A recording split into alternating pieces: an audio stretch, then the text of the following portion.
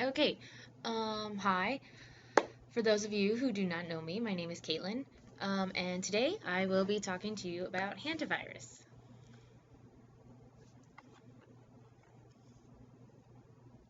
So first we're going to take a closer look into the virology of hantavirus, and it is a member of the Bunya virus, which has five just different genuses. Hantavirus is one of them, and obviously that is the cause of the disease that I will be discussing. So it's a zoonotic disease, which means that it has like a reservoir of an animal, and that's how we get it. We'll talk about which animal later. So it's an RNA virus that is gram-negative, and it is single-stranded, but it has three single-stranded strands. As you can see in the picture, they are S, M, and L, which refers to their size, so small, medium, large. It's also an enveloped cell, which helps it to live. So it replicates in the host cell cytoplasm, and the form of entry is through receptor-mediated endocytosis. So it just uses its receptors to cling and yeah. So the different symptoms, you have early and late symptoms. The worst part is early symptoms mimic those of influenza. So that's just fatigue, fever, muscle aches, and then 50% of people that receive the disease will also have like headaches, chills, vomiting, diarrhea, and a whole other mess. Late symptoms include coughing and shortness of breath, and a survivor said they felt a sensation of a tight band around their chest and like a pillow over their face, and this was because the lungs were filling with fluid at the time. So here is a picture of normal lungs and lungs that have been affected in the late stages of hantavirus pulmonary syndrome. Obviously you can see that the lungs are filling with fluid, which is not good. So transmission is sporadic, like it doesn't happen to many people, but it does happen in rural areas where you have like forestry or farm workers, or just somewhere you can like become in a lot of contact with rodents. So you have deer mice, cotton rats, rice rats, white-footed mice. These are the reservoirs here in America. Each mouse is for a different region of the states. And the virus exists in their urine, their droppings, and their saliva. So basically, it is airborne or direct contact, meaning that usually, like the most common case is we get it from when we like breathe in the fumes from their urine and droppings and saliva of an infected rodent. But direct can occur if we get bitten or if we like ingest food that has been infected with the virus, although that is more rare than airborne. It's all usually airborne. Luckily though, it cannot be transferred from one person to the other, and we cannot get it if we like get a blood transfusion that has been contaminated. So small cases, there's only been a small amount of cases, so that means the incubation period is not for sure known, but it appears that symptoms develop between 1 and 8 weeks after becoming infected from the rodent. It's difficult to diagnose, obviously, because it is so similar to the influenza, but if you have been like exposed to a rodent and you start feeling sick, maybe you should go for physical tests that like show like how you're breathing and stuff, a chest x-ray, blood tests, or kidney and liver function tests. So sadly, there is no specific treatment or cure or vaccine, but if it is recognized early enough, they will admit you into the intensive care unit and intubate you and give you oxygen therapy, obviously because your lungs are getting filled with fluid. So I read somewhere that it's a 36% rate that results in death, but I also read in another article that it's 50%. Either way, that is a very large percentage, which is very unfortunate. So hopefully we can figure out something to get that mortality rate down. So the best way, obviously, if we do not have a vaccine to prevent you to prevent you receiving this disease, would be basically just minimize your interactions with rodents. As you can see, there are many common rodent entries in your homes. So basically, the best way to do that is to avoid them is to seal up your holes that are in your walls and in your garages. Set out traps, and then to clean up food that you have lying around, because obviously rodents are going to be attracted to that. If you do have a problem with mice, I suggest you call an exterminator and get that taken care of as soon as possible, because you never know which mice are going to be carrying the hantavirus disease.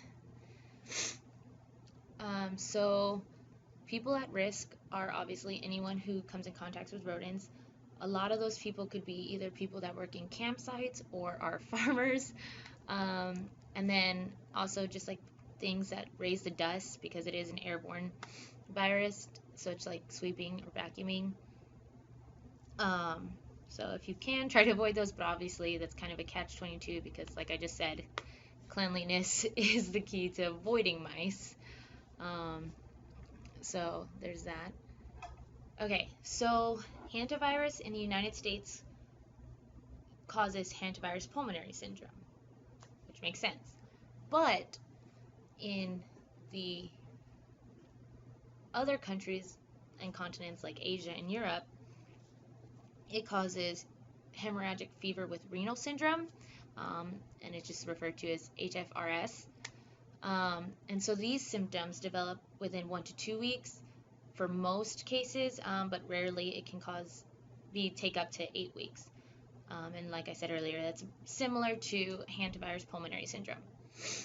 So the symptoms are like headaches, abdominal pain and back pain, fever, chills, nausea, blurred vision. And then as you can see from the picture, there can be like a flushing of the face or inflammation and redness of the eyes, which this poor soul is going through, and a rash, which is also pictured. So later symptoms include low blood pressure, acute shock, vascular leakage, and acute kidney failure. Okay, so the severity of HFRS depends upon the virus strain. Both diseases that I've talked about, HFRS and hantavirus pulmonary syndrome, have many different strains. Like, I think I counted up to like 50 different strains. Not all of them are pathogenic, but most of them are. So as you can see, some of the strains here will cause severe symptoms, while others will just be more moderate. But usually a complete recovery will take weeks or months, so a pretty long time. In order to diagnose HFRS, they'll do a serologic test for an infection, or they'll look for hantavirus antigens in your tissues by immunohistochemical staining and microscopic examination, or they'll look for evidence of hantavirus RNA in your blood or tissues. So for HFRS, the death ranges from 5 to 15% if caused by one of the more severe symptom strains, and then less than 1% if caused by the moderate strains. Okay, so in terms of outbreaks, the Korean War, in terms of outbreaks, there have been tons of outbreaks, and that's really the only things that have been documented about it. It's not something that can be like spread from person to person, so usually it's when there's like an influx of mice or an influx of just like people experiencing them. So I'm going to talk about the two major ones that have like made this disease known. The Korean War was from 1950 to 1953, and that was when HFRS was first becoming like known, and people were like not sure what happened, because about 3,000 UN troops caught HFRS, and they had never seen anything like it and didn't really know where it was coming from. And then they discovered, obviously, that it was from rodents. And then closer to home in 1993, the Four Corners region of the United States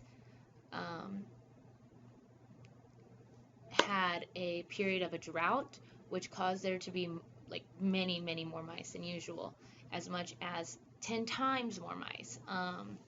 The specific reservoir for this region was the deer mice. As I said earlier, different regions of the United States have different mice that impact and are the reservoirs. And so this called hantavirus pulmonary syndrome to pop up in the United States. And this was caused by the strain of a virus known as Cynombre virus. And so, yeah. Okay, so here I have a picture of the world. And you can see that HFRS is solely on the Europe and Asian countries, while hantavirus pulmonary syndrome is on the American side of the country, so that includes South and North America, and this makes it to be like pan-hemispheric, I suppose. And obviously in the different countries there are different rodents and different strains that are infecting each of the people there. Okay, so in terms of the hantavirus pulmonary syndrome, there have only been 160 cases like within the realm of recently. And so because it is not a very common disease, even if it does have a high mortality rate, there's no specific efforts to find a cure or a vaccine for hantavirus pulmonary syndrome. However, in terms of zoonotic diseases in general, so again, that's anything that can be transferred from an animal reservoir to human, they are looking at like analyzing and formulating mathematical models for virus host models of the susceptible, infectious, and recover type, and usually you'll see that abbreviated as SIR. And this is just so we can get a better understanding of like how transmission occurs between animal and human, how the virus can survive both reservoirs, and basically the general ecology of that virus. So these are my sources, and I hope everybody has a great finals week and enjoys their Christmas break.